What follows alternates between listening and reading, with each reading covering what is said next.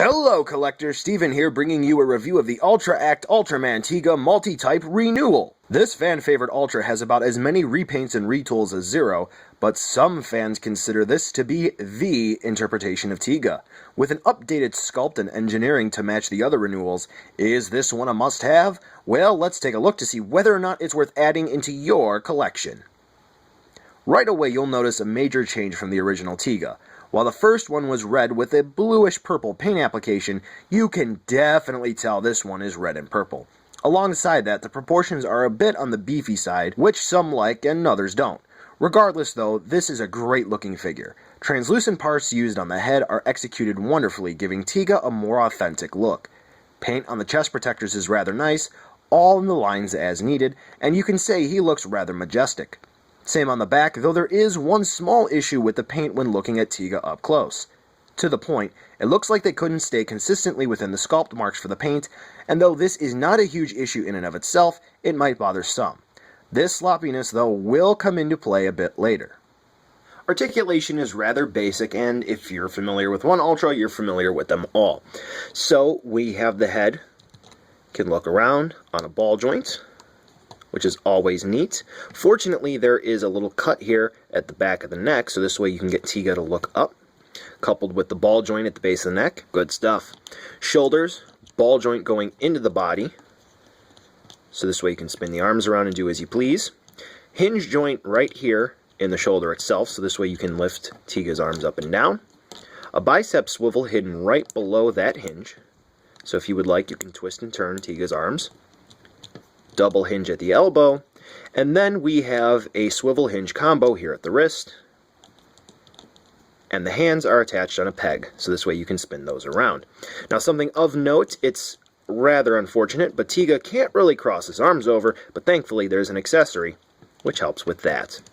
Moving down to the ab crunch, we have a ball joint, though it's rather stiff on mine, it likes to freeze up over time. And then at the waist, we also have another ball joint. So if you would like to twist Tiga around and get him in cool poses, you can. Moving down, we have the typical Ultra Act style hips, which feature a hinge in the crotch, so this way you can pull the legs down. There is a ball joint where the thigh attaches onto the hips, and there's a little sculpt here which plugs into the thigh, so this way you get extra swivel out of it too. Moving down to the knees, we have our typical double hinge here. So this way you can get Tiga to bend into cool action poses, though do take note that unfortunately, as you can see here, the paint dried in the factory and the bottom of the double hinge, well, trying to free it up, paint chip. Yeah, quality control issue, not good. Moving on down to the ankles, we have the same style joint that's featured in the wrists. We get some ankle rocker movement there, which is always cool. And then at the toes, we have a hinge, but not much of one. So you're going to get a little bit of movement there, which is always good for cool poses. Moving on to accessories, Tiga has quite a few ones. So first up, let's talk about the color timer. He gets an alternate red one, and to swap the color timers out whenever you want to change them up, you have to grip the one that's currently in place, just like that, but hopefully you're not throwing yours around. Take the one you want to change to. Help if you put it in correctly. Slide it up with the hole, and slide it in just like so. Now on the back, you may have noticed throughout the review so far there's this little piece here. If you grip it and pull it out, you reveal this hole in Tiga's back, and this is for a Tamashii stage adapter, so this way you can just plug a support arm into Tiga's back and you don't need to use a claw. Unfortunately, a support base is not included, which is stupid, but such is life. You can get them for pretty cheap, like 15 bucks for a pack of 3. So remember before how I was saying the arm articulation is a little crappy when you go to bring Tiga's arms across his chest? Well, there's an accessory to help remedy that, but it's kind of a pain. So what you can do is you can pop these chest guards off. Get in there, pop them off like so. Though keep in mind these may be hard to take off initially because could be like me and yeah, get the paint to dry in there. Bandai and their quality control. Awesome. So you get these alternate pieces right here. They're marked R and L, so you don't get them screwed up. But Unfortunately, that's not your big issue. What the issue is the pegs that plug into the hole are on an angle, and they can be a major pain to get in correctly.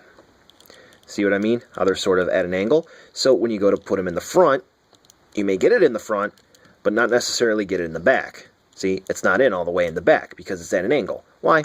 I don't know. They decided to do that way. So, unfortunately for me, maybe it's just stupid proof and I can't get it, but you're not going to be able to get them in flushly. But on the bright side, Tiga's got better arm movement. Aside from the already attached fists, Tiga comes with some splayed hands and some chopping hands. And the way you swap the hands out, you have to grab the currently attached hand and just gently tug until you pop the hand off. Grab your new hand, line it up with the ball, and push, again, gently, not forcefully, until you get it on. Now, something you really want to be careful about is on Tiga's forearms, you have this point here.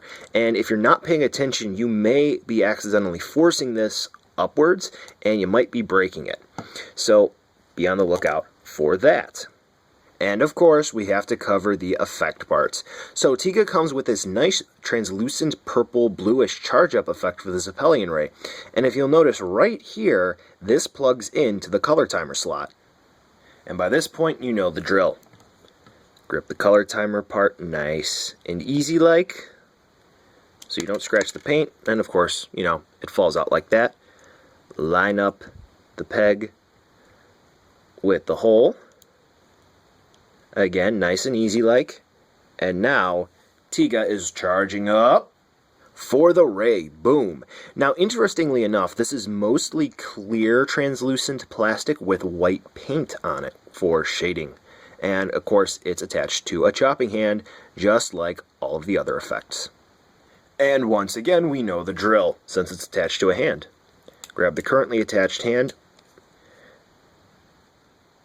nice and gently grip it and pop it off. Hear that popping noise? Might be a little bit tight.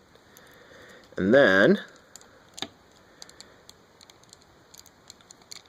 work to get this hand on there. And attaching it to Tiga's wrist is just as simple as swapping on a hand. Not really. I had to put this on off camera, and as you can see, it was a real pain to pop it in because of all those spiky edges. And also something else of note, it's kind of sort of hard to see, but you can tell right here that this little ridge for the wrist kind of dug into the hand. Yeah, not good. Not good at all. So be careful when you're putting on the ray. So overall, the accessories are pretty cool, except for the hands might cause trouble for some because that joint, it can be a little bit of a pain in the ass. And then you have the chest guards, which, those are very, very hard to get in correctly. But overall, it's your standard Ultra-Act release in terms of accessories. To round up, here's a nice size comparison with Tiga, ranging from NECA figures to Godzilla figures, and a nice selection of Ultra-Acts. If you know how big an Ultra-Act Ultra is, you should be able to figure out how big Tiga is. So, buy it now, skip it, or wait for a deal. Tiga looks nice and the articulation is pretty sweet, maybe a little better than some other Ultras. The accessories, while nice, can be a pain to use because of the tip on Tiga's forearm. It can potentially damage hands, and the ever so wonderful paint acting as a glue causing you to damage the figure. C'est la vie, good with the bad, I suppose. Not the best Ultra-Act figure, but not the worst either. Fans of the character should be happy with this, and casual collectors looking to pick up a general Ultra might be pleased if there are no QC issues. Overall, if you can pick it up for MSRP, it's not a bad purchase. Well, that's it for this video. Thanks for watching, and be sure to like the video and subscribe. What do you think of the figure? Drop a comment down below and let me know. Interested in picking this one up? Check the description for some really cool links to take you where you need to go. Want to watch some more videos? I picked a few just for you, so click the annotations on your screen right now for more great content. Until next time, collectors!